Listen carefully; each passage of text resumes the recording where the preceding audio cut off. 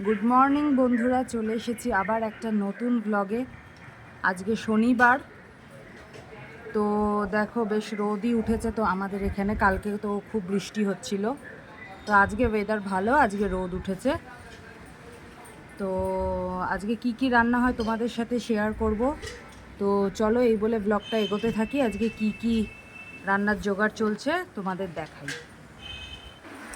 এই দেখো আলু ভাজা হবে সকালে মুড়ি দিয়ে খাওয়ার জন্য। আলু ভাজা কাটছে মা, আর সবজিও আছে, সবজি রাখা হলো এইমাত্র।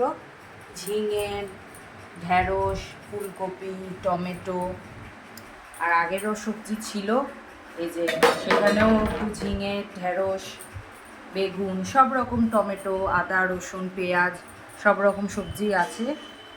তো এখানে সবজি কাটাকাটি চলছে, মা কাটছে সবজি।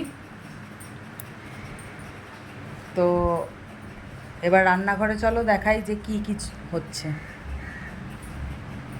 আজকে আমাদের হবে গাঠি কচু। এই দেখো গাঠি কচু ভালো করে কেটে ধুয়ে রাখা হয়েছে।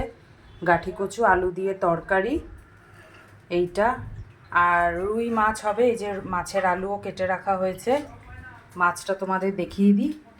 এই যে মাছ এখন পরিষ্কার চলছে, বড় মা পরিষ্কার করছে মাছ। এই যে রুই মাছ, একদম সুন্দর ফ্রেশ টাটকা। এইটা আজকে রান্না হবে। আর হবে গাঠি কচুর তরকারি তোমাদের বললাম। আর হচ্ছে উচ্ছে, উচ্ছে এইভাবে ডুমো ডুমো সাইজ করে কেটে রাখা হয়েছে ছোট ছোট করে, এটাও ধুয়ে রাখা হয়েছে। সেই উচ্ছে দিয়ে আলু দিয়ে পাতলা ঝোল, এই যে সর্ষে ফোড়ন দিয়ে পাতলা ঝোল, খেতে খুব ভালো হয়। তো এই রেসিপিগুলো সবই তোমাদেরকে দেখানো হবে। তো আজকে এই মেনু হচ্ছে, এই সমস্ত প্রস্তুতি চলছে। তো এই বলে আমি ব্লগটাকে এগোতে থাকি, তোমরা আস্তে আস্তে দেখতে থাকো, কেউ স্কিপ করো না। আজকের রান্না ভালো লাগলে একটা ছোট্ট করে লাইক, কমেন্ট আর শেয়ার করে দিও, আর অবশ্যই বেল আইকনটা টিপে সাবস্ক্রাইব করে দিও। এটা আমাদের রান্নাঘর, এই দেখো এটা হচ্ছে আমাদের রান্নাঘর। খুবই সুন্দর ছোট্টখাট্টোর মধ্যে। এই দেখো টোটালটাই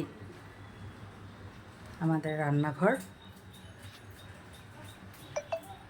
তো এই রান্নাঘরেই আমরা প্রতিদিন যে ভিডিওগুলো তোমাদের সাথে শেয়ার করি সেটা এই রান্নাঘর থেকেই। তো চলো আস্তে আস্তে তোমাদেরকে সবটাই দেখাবো।